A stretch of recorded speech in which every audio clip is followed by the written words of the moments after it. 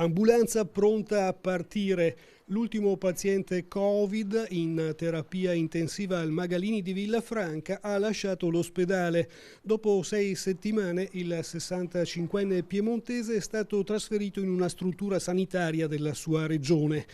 Termoscanner all'ingresso, poi il direttore medico ci accompagna verso la terapia intensiva ormai svuotata, che durante l'emergenza ha curato 55 pazienti di età compresa tra i 25 e i 99 anni. Abbiamo visto in tutta questa difficoltà anche di vivere le situazioni pratiche, il grande legame che c'è stato tra di noi, tra gli infermieri. Noi da 40 siamo diventati 100. Il centro Covid di Villafranca si è fatto carico di 350 pazienti. Anche il reparto di malattie infettive era finito sotto pressione. Stanotte 2 ricoveri. Stiamo uscendo dal tunnel, un tunnel che ha caratterizzato gli ultimi mesi della nostra vita, dal mese di febbraio ad oggi. Siamo molto provati, questo è vero, perché l'impegno che questa situazione ci ha comportato è stato veramente notevole.